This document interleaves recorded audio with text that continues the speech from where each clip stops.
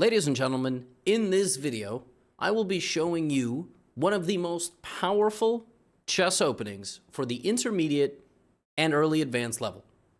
And that opening is called the Grunfeld defense. The Grunfeld is so powerful that it is played all the way up to the Grandmaster level. Some of the best players in the world, rated 27 and 2800, have played this opening and continue to play this opening to this day. This video is split into two parts. In the first part, I'm going to show you the theory, the moves to play this opening, and then I will also show you some of the main ideas.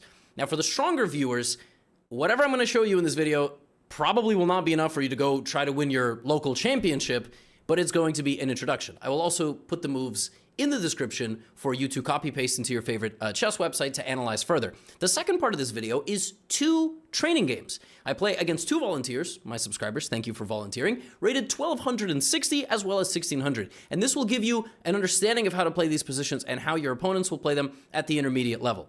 Oh, and there's a bonus. And the bonus is this video is coming out during the 2-week launch sale of my new educational platform, Chessly 2.0. And anybody that watches this in the future can go sign up as a member for at least a free trial and learn the Grunfeld for free. And that will look like this. You'll sign up for Chessly, either on a free trial or a paid membership, head to all courses, and you can type in Grunfeld. Once you find it, you start studying. And everything in here is available for you, either on a free trial or a paid membership. Friendly reminder that Chessly is the best and most cost-effective way to learn chess as a beginner and intermediate player. It's December 2024, we've launched with over 50 courses, and by the time you're watching this in the future, we might have 75 or 100. And with one membership, you get access to all of them. Now, let's learn a little bit about the Grunfeld defense. So you need to start with the black pieces, and your opponent needs to play d4. You will respond with knight to f6. They play c4. The most common move when paired with the d-pawn, we will talk about the London and other openings a little bit later. You play g6, and when they develop their knight, you strike back in the center with the move pawn to d5. The thing is, if you played the bishop here, white would go here. Now you're in a King's Indian defense, which is also on Chessly, at least soon. And that's not what you want to play because you don't get to play this move. We strike back at the center right away. And the general idea of this position is that after the trade happens, black relies on 4 to 5 different moves, which you can implement on an ongoing basis, regardless of the type of position that you make it to. Here, the main line at the master level is to play pawn to e4. We don't mind. We make this trade, put the bishop here, and let me tell you about these 5 moves. The first move is pawn to c5. Pawn to c5, coupled with this bishop, is the bread and butter of the Grunfeld defense. The Grunfeld defense is hyper-modern, meaning we don't put any pawns in the center. In hyper-modern chess thinking, this is not a word you have to know, but you can win your local bar trivia night with it, just simply means to control the center, we don't need to put any pieces in the center. We can target the center from a distance. And that is what we do. We play moves like c5, we castle, and then play moves like c5, and basically, what we rely on is this move. We also rely on moves like queen to a5. That's the second move, queen a5. We also rely on moves like bishop g4, c5, queen a5, bishop to g4, as well as knight to c6. Those moves are the cornerstones of the Grunfeld defense. The bishop on g7 in the Grunfeld defense stands there, and we open it up with the very quick pawn push to d5. Don't get locked in by pawn to e4. This is our money position. Now, there are, of course, many, many variations, and chess masters set up in a certain way. Chess amateurs and semi-professional players set up in totally wrong ways. In fact, the most common move at the intermediate level in this position is to take the knight. And that leads you to a perfect position, because you do this, develop the bishop, and play this money move, pawn to c5, followed by knight c6, followed by the bishop here, and in a perfect world, what happens is, of course, I'm just sort of, playing random moves here. A perfect world, you put the rooks here, and you crash through in the center of the board. That is basically what you are trying to accomplish. And this setup is awesome. It's kind of crazy that after you take here, the most common move for white is to take. The masters in this position play this move, and then after this trade, bishop g7, and you playing, for example, c5, white does this, you play queen a5, right? White goes here, and you are playing all of the ideas of the Grunfeld, like bishop g4, like pawn takes d4, like knight c6, like castling. In any order of the moves, you generally reach a position where all the pressure on white's center is simply too much to handle. And I will put this all in the description, and I go in depth on Chessly. So you can learn the Grunfeld for free, even if you don't pay anything, because you can use the free trial. So to me, this is one of the most epic openings that exists. Now, a lot of the times, white does not take this pawn. White just doesn't want to take it. And they play something like knight f3. They wait. The nice thing about them waiting is that we wait too. We're not in a rush. Take us whenever you want. Anytime they take, what happens? We take on c3, we castle, we play c5, we play queen a5, we play knight c6, we play bishop g4. The position almost plays itself. Now, sometimes people never take. Sometimes people just play like this. Okay, well, guess what? What would I say is the next move here in the Grunfeld? I would say c5, because this is your hero bishop. You need to play on this diagonal, and oftentimes what happens is that bishop crushes everything in its path. If the opponent takes on d5, we already know this is what we want. We've got queen a5, we've got captures, we have all the same moves. But sometimes something like this happens, we don't really mind because there are so many moments of tactical shots in the Grunfeld that white could lose so quickly without even realizing. Look, white looks like they just cleared out our pawns. Boom! The knight is hit, and after that, there is a fork. Queen d5. Here, white's already in massive trouble because the rook is simply falling. So, regardless of whether white plays slowly or whether white engages with us, our plans are the same. We're getting to this type of a position, relying on castling in c5, and we're shredding open the center. All of our pieces get very easy active play, and we put them on pretty natural spots. Now, there are certain things that can happen in the Grunfeld that don't let us play the Grunfeld exactly how we want, but for the most part, you will get to where you're going. Like, for instance, one of the most annoying ways that white can play in the Grunfeld is to never move the knight to c3. That might happen. If that happens, one thing I like to do is wait, and the reason for that is if you rush here, after pawn takes, knight takes, there is no knight. Does that make sense? There is no knight. And if there is no knight, you can't trade yours. So if the opponent plays, for example, like this, and you go, oh, I'm playing the Grunfeld. No, you're not. What about this? No, you're not, because you're not getting rid of your knight. And since you're not getting rid of your knight, now it's got to stand like a bozo over here. Even this, by the way, is not so terrible, but it's just not what we want. What do we want? We want bishop g7, c5. And I got news for you. You can still misplay the Grunfeld. You can play it totally terribly.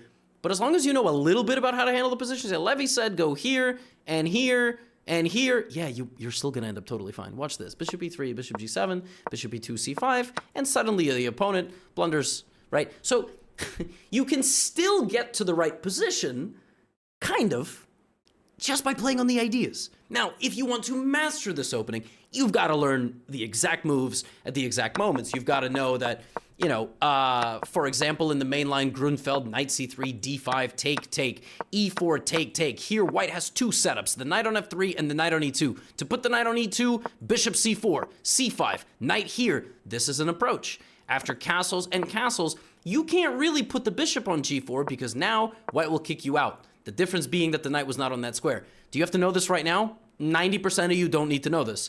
Okay, well, what else do you know about the Grunfeld? Knight c6, right? What else do you know? Sometimes queen a5, and sometimes double fianchetto. Actually, one of the games you're going to see a little bit later, the double fianchetto happens. We have the two bishops. So the Grunfeld is one of these openings that you learn to play, and you build your experience, and you build your Rolodex of positions over time. It's an opening that you can misplay and still have a totally fine position. It's a really fun opening. And the databases show that people with white really mishandle it quite easily. Now, to supplement your knowledge here, you'll need to have an anti-London. If your opponent plays a London, there's 1,000,001 videos on YouTube and also on Chessly for you to just turn this back into a regular London game. This is a lot of information for you, so maybe you play d5 and c5, and this is one of the most principled ways to meet the London. Maybe you want to play g6. If they play the Trompowsky, that's simple. We sort of fill in the gaps. But the Grunfeld is what you learn here, and by looking at the training games and by studying either my courses or anybody else's, and you fill in the gaps of other openings as well as you progress. By the way, the Grunfeld is great. You could play it against the English. It's not exactly the same. I covered that on Chessly, but knight f6, g6, d5 still works like a charm. And, you know, there are other positions, for example, like the Catalan, where another setup you can sometimes play is pawn c6 and d5. But all of the ideas kind of overlap and are similar. In many positions, we rely on our knight to leap into the center, cause chaos, cause a short circuit, knight takes, pawn takes, now the queen is open, the bishop is open. And this, my friends, is the Grunfeld defense. It is a dynamic, exciting opening that if you literally just know a little bit, you can recite the ideas to a 4-year-old who will then look at you and go, what are you talking about? I'm already better than you. Then the Grunfeld is the right opening for you. This is an introduction. I'll put the moves in the description. If you feel like I've been a little bit incomplete or I rushed, slow me down, watch me on 0.75 speed, or go try Chessly. You can learn the entire thing for free on a free trial. But if you join, Chessly's awesome. We have like a ridiculous number of courses on there. Think Netflix, but of chess.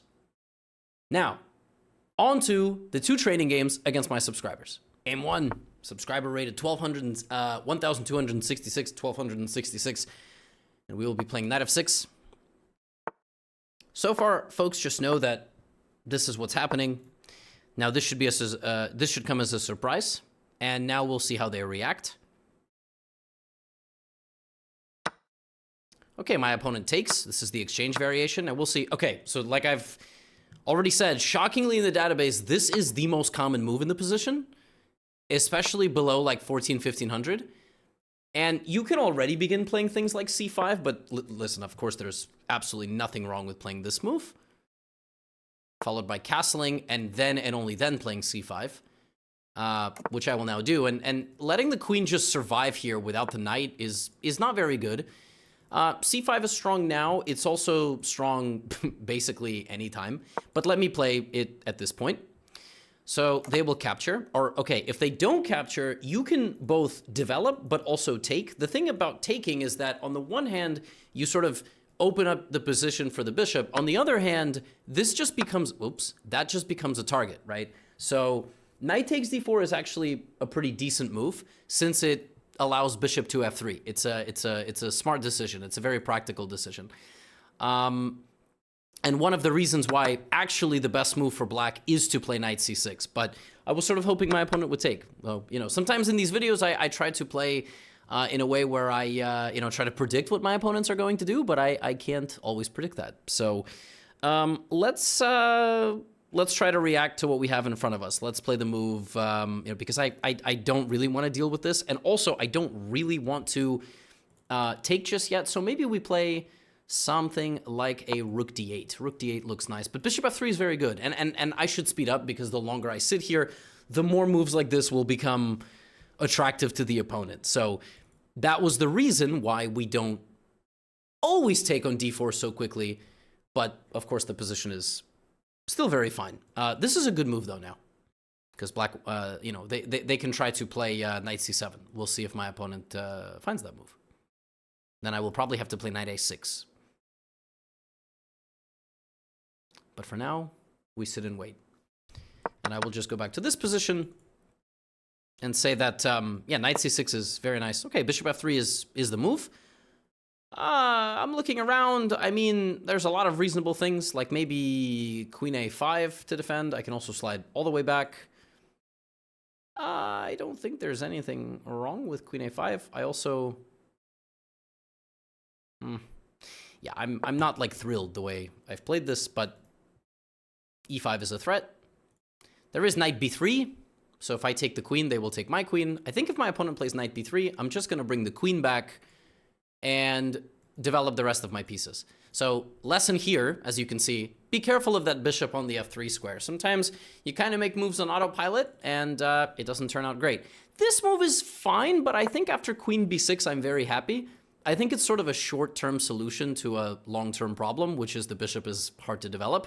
And now with bishop c3, after e5, I think I'm just winning the knight. I mean, the knight has either moves and the queen is taken or the knight is taken. So I expect maybe queen b3, but even queen b3 is not perfect, as the bishop, which is the hero of the Grunfeld, basically snipes all the time. Yeah, queen c2 is kind of nice. Now if I take, I lose the bishop. Yes, I win a pawn, but I think there's a significant amount of compensation there. So what I actually kind of like here is maybe I'll go here and try to get rid of the bishop. That actually looks pretty appealing. But why does playing good moves? Bishop c3 is a smart move. Let's go here. We would love to get rid of that bishop completely. Even here, I would consider bishop g4, by the way. Just totally getting rid of it. Because my bishop's going to struggle to get out. It doesn't have a nice move. And I think the benefit of playing something like bishop g4 is that either white trades with me and loses probably their better bishop while I get my second rook here, which is always a thing in the Grunfeld. Or they don't trade with me, which, as you can see, they're doing. And I just make an improving move. And so now we have kind of this position, typical Grunfeld stuff, all pieces in the game, DNC files open. And I'm getting the sense that we are close to landing something. We are close to landing something. Let me take, because I feel like, yeah, the rook will probably take. I mean, I sense that there are tactics everywhere in this position. I have a knight there. I've got pressure with the bishop. Maybe I should have went in that direction. a5 I can consider taking.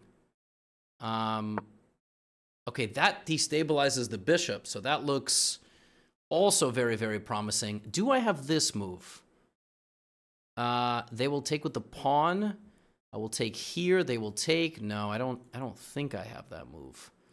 So let's come back like this. But as you can see, we are brewing something very nasty. And I think we might be,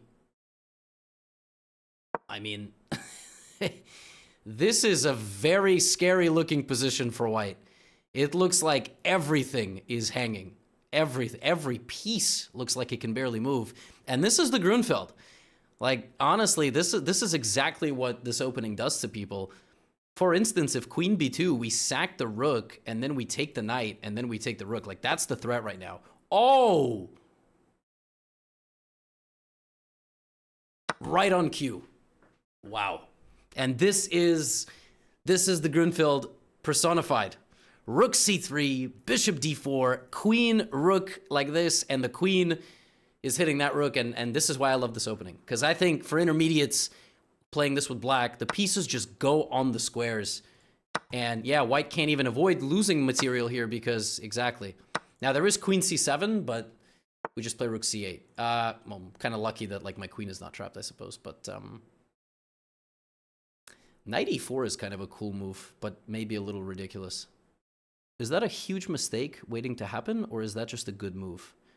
The thing about knight e4 is that it gets the position simplified. Knight e4 looks smart because the queen is hanging, and if the queen comes here, I have queen f2 and queen e1. So this queen has to stay around the position. This is a nice idea. It's called, danger levels, famous on this channel. Now we take d4, and now you just have to win an endgame up a knight, which by going here, defending my pawn and attacking that one, I should be able to do. By the way, no back rank checkmates due to my Grunfeld move. And now a6, we take b3. Now we just cleanly pick up the pawns, and we win the game. We will grab that pawn as well. Let's just bring the knight so it doesn't get taken. Rook b2 is an idea. Clean game. This is why I love the Grunfeld. I think it's so much fun to play. Okay, we can just prevent them. Rook b2 there was way better. I don't know what I'm doing, but let's anchor the knight in the center. We don't have to be afraid of checks. Nothing to be afraid of. Rook b2 is the next move, and we should cleanly win this one. Knight takes pawn. We don't even have to take with the rook. And do we have? Oh, knight. This. I'm gonna show you something after this game. I think there is a stalemate trap if we play that move, which is kind of legendary. I'm gonna play knight d1, setting up a checkmate. king e7, and rook f2 is a mate. Now, one thing I would like to show there is I have a feeling that if I had gone... Okay, knight g4 is winning, but this is pretty cool. Oh, no. What am I talking about? I thought this was a stalemate because white can't move, but white can actually walk into the checkmate. So knight g4 was a little... I thought here rook f7 is a stalemate, but there's the king up, and then it's mate anyway. But okay, knight d1 was good enough. That was a fun game. You know, that was sort of like... That was the Grunfeld personified, you know?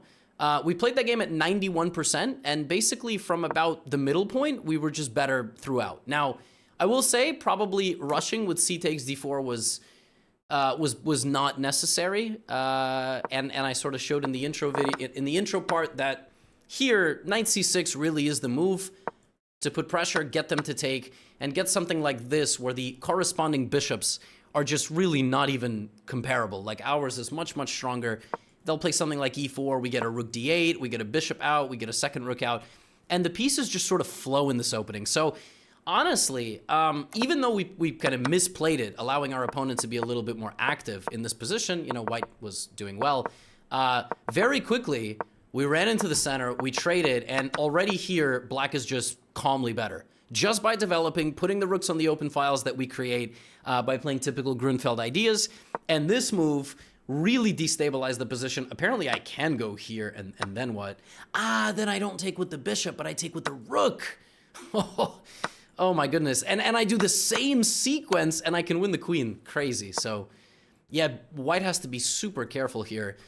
This one ended with a tactical fury, rook c3, bishop d4, and that is, these are the types of games you'll get in the Grunfeld, as white's position will simply disintegrate by the late middle game. So now let me play a higher rated player, a 1600. Playing, actually somebody I've played in a video back in May of this year, so shout out to Star Golfer. I'm gonna play knight f6, and the game is a 3-minute game with 3-second bonus. So g6. Now all I know about my opponents is that they're playing d4, c4, and the knight is going to c3. Maybe, of course they could play something else. Now I'm gonna play the Grunfeld. At this point I have, like I've already said, I got no real sense of preparation from anybody. This time we don't have an exchange. Well, we actually don't know if we're going to have an exchange yet. Knight f3 is a very flexible move. Now, here's where people, as I've already sort of stated, here's where people are either going to know the Grunfeld and enter some positions where they take and play e4, or, yeah, exactly. e3 is actually a surprisingly common move. We'll just castle here. We don't really care, and white is just playing it pretty slowly. The nice thing about the bishop being here is that we can sometimes take this pawn and the bishop has to move again. But there is also this move c5, which I've shown. And listen, you basically always okay with the fact that you get both of these pawns here. Now, yeah, a lot of players with white are just sort of going to ignore the Grunfeld and not let us get what we want, which is fine. You know, we'll have to figure things out. If we take on d4 now, they're going to get the bishop out, but this is completely fine for us. We sort of played our opening and got a normal position. That move is also totally fine. My opponent is basically playing in a way that we're not going to get much in this opening, so I can kind of try to show you maybe how you can try to get something. You can try to get something like this, and you always have play with this bishop. 1600 rated player. Doesn't know too much theory in the Grunfeld, so not trying to kind of challenge us in the most emphatic of ways, but that's completely fine. b3 is trying to go bishop b2. This move is setting off some alarm bells. Like maybe we have some tactics against the center here with knight takes d4, or maybe knight e4 looks like it could work, but obviously it's a blitz game and, you know, I don't want to burn all of my time here. This move is also kind of promising, but let me just show you how to play this if you just sort of play it very simply and don't do anything too insane. You're trading in the center. We kind of know that the bishop is going to come here, and we also know that in the Grunfeld we love the diagonals. So what I'm going to do is I'm contemplating b6, but then I guess my opponent could take, but yeah, let's play b6. Now I shouldn't take with the knight because I will have some problems here. Yeah, and we sort of get to a position that looks like this. I don't know, it's a pretty unique position. I think bishop f3 was a good move there, but okay, my opponent chooses to play like this. I'm also going to bring my rook to the middle, and white has just played fast and pretty solid, and we're going to return the favor. We're going to also try to play fast and solid. Actually, I have to give my opponent credit. They are playing a very, very good game here and not really letting me have too much fun. So I'm gonna open up my bishop here. Probably b takes is the better move. Yep, this move makes a lot of sense. And you know, you kind of want to play a move like knight e4, but it does look a little bit like it could help my opponent. So I don't think there's anything wrong with just playing queen here and bringing a second rook. This is all very typical Grunfeld stuff. We've got very active pieces. We're fighting against white's center. And maybe white can try to make some progress here with the move like d5. We'll probably meet it with e6. And we just get very nice piece play. So sometimes it doesn't work out, like you don't get everything you want in the Grunfeld, and sometimes it does. And by the way, d5 is play. It's a nice move. I'm gonna have to start speeding up a little bit. I'm not like too thrilled. Wow, bishop f3 played pretty quickly. That looks like it could be a blunder. And then after take, we have this, by the way. Yeah, I think that might have been a mistake. And that kind of shows you the power of the Grunfeld. Yeah, you're always ready with some sort of, you know, tactical shot out of nowhere. I'm wondering if this move is going to be played. It's kind of a very subtle move. It targets my rook and opens the rook here. But I'm not so sure about that move. Then maybe I'll slide back with my queen. And then there's pawn takes. Position is quite complicated. Yeah, this is a very fascinating move. Knight takes. Okay, bishop b2 I think is probably in the wrong direction. I think probably my opponent should have played a little more actively. I don't really see anything wrong with just going all the way back and just defending myself. And now I will take, and now the benefit of this position is we are up a pawn. I also should play a little bit faster, but yeah, this is the Grunfeld in a nutshell. Like you get these very active, dynamic positions. That's an interesting move. I really wonder if we can just like trap the pawn somehow in our position. Take, take, take, take, take, take. I also want to go knight e8. I also should obviously play faster. But you know, I'm trying to be instructive, right? So knight e8. Yeah, I was expecting this move, but I think I can just trade the bishop. There is this, which might be... Well, what am I doing? I was preparing to take this pawn. So maybe if we repeat the position once at bishop a6, yeah, maybe I'm gonna take here. I think this was my actual idea. What am I just totally spaced out? If they take the knight, I take the queen. If they take here, I'm up. So I got rid of the 2 pawns. So now I just have a 2-pawn advantage. This is vintage Grunfeld type of stuff. And I gave the bonus time so that nobody would lose on time, and also I would be able to explain things a little bit more. Now we are cleanly up material. We also have a better bishop. Our dark-squared bishop is the hero of the Grunfeld. And we've cleared out our opponent's queenside.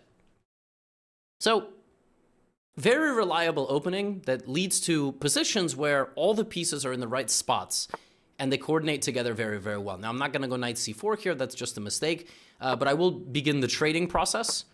So the more things I can get traded, the better. And this is just going to be tough for white. I think that's just a pure blunder of a bishop. And I, unfortunately, yeah. But again, this bishop is the hero. That bishop is always putting in the work. And listen, my opponent actually played very, very well. I have to give credit. Like here, you know, white was not worse, you know. Okay, 0.2 is like very minimal. And this is like... This is a very, very strong player who played very solidly, didn't take any risk, and we just had a great position. The second they went d5, we challenged the pawn, and you know I was ready to sort of clamp down on it immediately, but then they went here, and yeah, probably here queen e2. Okay, I was worried there might be some tactics here and some tricky stuff, but there actually is nothing, because rook c1 is very nice, and if they go here, they can't take the queen, because we actually pin them. So... You know, the Grunfeld is one of these things that works out very nicely, where sort of the pieces are in the right spots at the right time. We played pretty well. Wait, what? I blundered something? I was losing for a move? I thought I played a completely nice game. What did I blunder? Oh! Oh, they can just take and push. Oh my goodness, I thought we were repeating the position. That's actually very instructive. You see, here I had prepared this move in my head, right? And then, you know, for some reason I blocked, and that was, so I said, oh, okay, let's repeat the position, and then, oh my gosh, they can just take and push. That would have been crazy.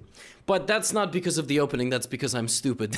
It's that, like, if in this position the first time, which I had intended to take, I played it, then it would have worked out perfectly. Unfortunately, you know, it's hard to narrate all my thoughts and be instructive with 30 seconds on the clock. That was, yeah, that was scary. Folks, I hope you enjoyed this informative video on the Grunfeld defense. Listen, my perception of this opening has changed over the years. I used to think this was a very, very complicated opening with a lot of theory, a lot of memorizing. But as I've looked at databases, as I've looked at amateur games, and I'm not insulting anybody by saying amateur is below master level, which is 2200. Your opponents really don't know how to play against this opening. They really struggle. They're very bad at handling when the position gets hot, spicy, when you've got pressure on them. And in the Grunfeld, we try to take the initiative from the early stage. So give this opening a shot. Some of you will just go play a few games right now. But if you want to study it, you've got this video, you've got the moves. There's courses that are not mine out there. There are also courses that are mine on Chessly. So the least you could do, pop into Chessly, make a free account, review some of this stuff, try some drills, try some quizzes, and yeah, this is a really, really good opening. I'm gonna go play some games myself. Check out Chessly. Thanks for watching the video on the Grunfeld, and I've got plenty more on this channel. Openings, and AI games, and noob games, and Grandmaster games, recaps of top tournaments. So if you're new to the channel, you can subscribe. That's all I've got for you today. Get out of here.